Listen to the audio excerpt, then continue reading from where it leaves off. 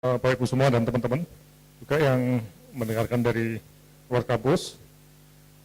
Jadi saya akan mencoba membahas sebuah studi protokol. Jadi kalau kita lihat di paper yang dibagikan itu ini memang belum sebuah penelitian yang selesai, tapi baru protokol untuk studi ya, untuk penelitian. Dan saya akan mencoba untuk memahami dulu mengapa ada topik tadi yang Pak Rosi sudah menyatakan brokering tadi ya. Broker itu seperti maklar ya. Untuk adanya gap antara peneliti dengan pihak yang menggunakan hasil penelitiannya. Kalau kita lihat masing-masing mempunyai apa yang disebut sebagai sikap hidup atau pandangan hidup, kemudian juga keyakinan dan perilaku masing-masing. Ya, ini yang menjadi isu yang menarik ya. Nah, kata broker itu memang kalau kita lihat memang juga ada sinonimnya atau lainnya knowledge transfer atau yang sering disebut juga ada translasional. Kalau translasional itu lebih ke arah bagaimana dari penelitian dasar menjadi action di kesehatan masyarakat. Nah ini yang kalau kita lihat bagaimana dari penelitian itu akan menjadi bahan kebijakan atau untuk aplikasi di masyarakat. Knowledge brokering itu memang tugasnya atau jobnya adalah, nah ini yang menarik ya, apakah seorang broker itu seorang peneliti atau mungkin pihak ketiga ya. Jadi ini to facilitate the transfer of research and other evidence between researchers and decision makers ya. Jadi kalau kita lihat ini ada kemungkinan broker tadi itu bukan seorang peneliti ya, tapi dia menggunakan data penelitian untuk menyajikan kepada pengambil keputusan. Nah, jadi kalau kita lihat ada satu human force ya behind knowledge transfer, artinya ya tadi orang tadi ya itu finding, menemukan, assessing dan juga dia berhak untuk interpreting ya, memaknai bukti yang ada ya, dan juga mengemukakan riset-riset penelitian ya. Dalam fungsi-fungsi dalam brokering tadi, ini penulis menyusun 3 hal ya, atau 3 pendekatan yang berbeda, tapi bisa saling melengkapi, yaitu knowledge managers ya. Jadi bagaimana pengetahuan itu dikelola, ya, diciptakan juga, dan ini disebut sebagai knowledge manager. Ya. Kemudian juga ada satu proses yang interface, jadi jembatan antara user ya, dan kreator ya. Kreator itu mungkin para peneliti ya, dan user adalah pengambil kebijakan. Nah, yang ketiga adalah bagaimana akses untuk sampai ke pengetahuan tadi itu bisa dikembangkan ya. Jadi nanti juga akan terkait dengan mungkin di PKMK adanya berbagai web policy brief untuk akses dari pengambil kebijakan ke sumber informasi atau sebaliknya. Jadi ini ketiga pendekatan yang mungkin bisa dikerjakan oleh broker tadi ya. Nah, isunya yang kalau kita lihat dalam konteks penelitian ini itu yang akan atau yang menjadi latar belakang bahwa efek dari penggunaan bukti itu bervariasi, jadi tidak ada satu model yang jelas ya. Ya, dan kemudian juga sedikit atensi tentang proses knowledge transferring ini sampai action ini belum begitu banyak diperhatikan oleh banyak pihak brokering tadi. Nah, kemudian juga ada suatu situasi yang lack of suitable tools for planning and evaluating knowledge transfer activities. Ya. Jadi isu-isu ini memang kalau kita lihat itu mendorong penyusun proposal itu untuk mencoba memahami apa yang disebut sebagai knowledge transfer tadi. Ya, jika kalau kita lihat dari paper lain itu memang ini suatu domain atau situasi yang memang belum begitu banyak yang diperhatikan ya. Karena kalau kita lihat di dalam konteks cancer ya, ini gambar dari paper lain ya, itu menggunakan apa yang disebut sebagai translation continuum. Jadi ini proses yang masih dianggap gelap tadi ya. Nah, itu dicoba dilihat dari endpoint-nya adopsi ya, adopsi untuk kebijakan publik, sampai juga pembayarannya dilakukan ya. Tapi ini ada awal penelitian basic, yang ada early translation, late translation, kemudian sampai disebarkan atau dissemination. Ya, nih. Nah ini model yang ada di translational research.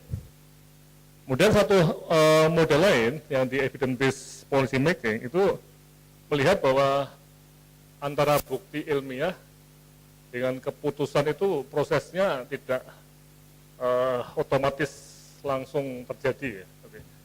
Karena pengambil keputusan itu bisa mempunyai semacam model dia sendiri, misalnya ada nilai-nilai yang dia anut, ideologinya, kemudian juga pengalaman, bukti, opini yang dia juga percayai, jadi kepercayaan di sini.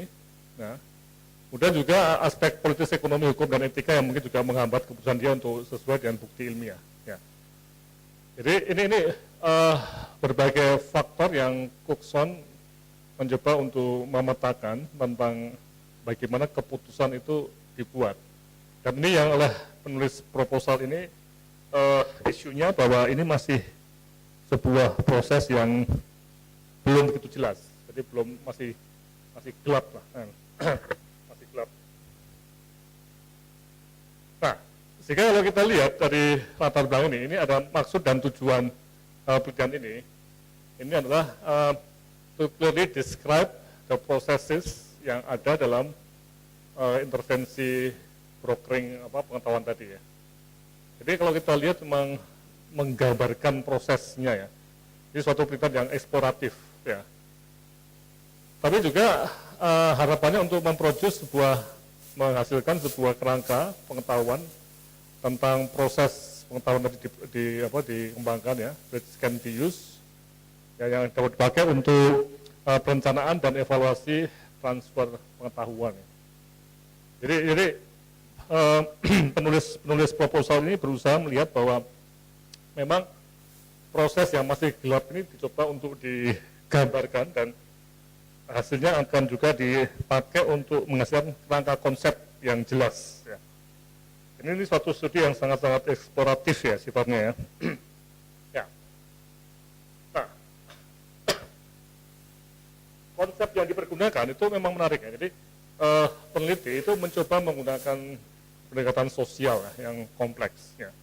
Di mana apa yang tadi sistem yang belief system ya yang dipercayai oleh user ya. Kemudian juga instingnya ya. Itu semua dilihat ya. Nah, jadi ini sebuah konsep yang sebenarnya sangat saya katakan cair ya. Jadi menggunakan mungkin nanti Bu Ati atau Mbak Si ya, itu bisa melihat secara lebih mendalam dari segi antropologis ya bahwa semua pengambil keputusan itu beda-beda nih kepercayaannya ya. Okay. Termasuk apa yang disebut sebagai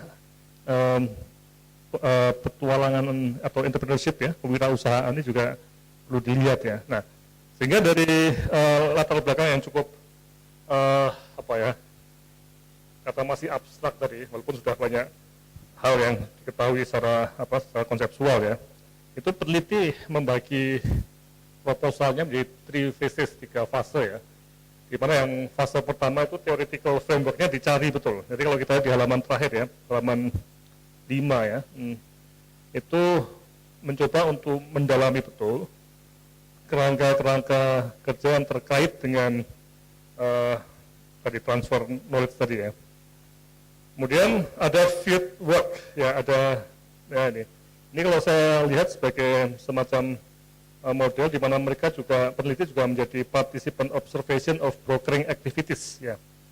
Jadi menggunakan jobnya brokering tadi sebagai bahan atau sebagai bagian dari penelitian dan mereka menjadi peneliti dengan cara participants observation ya. Dan ini yang menarik memang ini dalam konteks mental health ya. Jadi ada sekelompok grup pengguna informasi dari kesehatan jiwa yang dipakai sebagai subjek penelitiannya, tapi mereka ikut sebagai participants observation.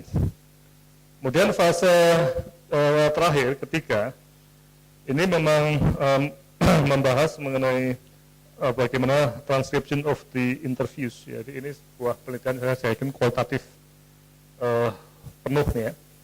Kemudian produce brokering naratif. Jadi narasi-narasi mengenai proses brokering tadi ditulis ya. Kemudian juga, nah ini yang saya nggak tahu nanti apakah ini sebuah proses antropologis yang menarik karena harus membuat komparatif analisis dari berbagai macam cara ya.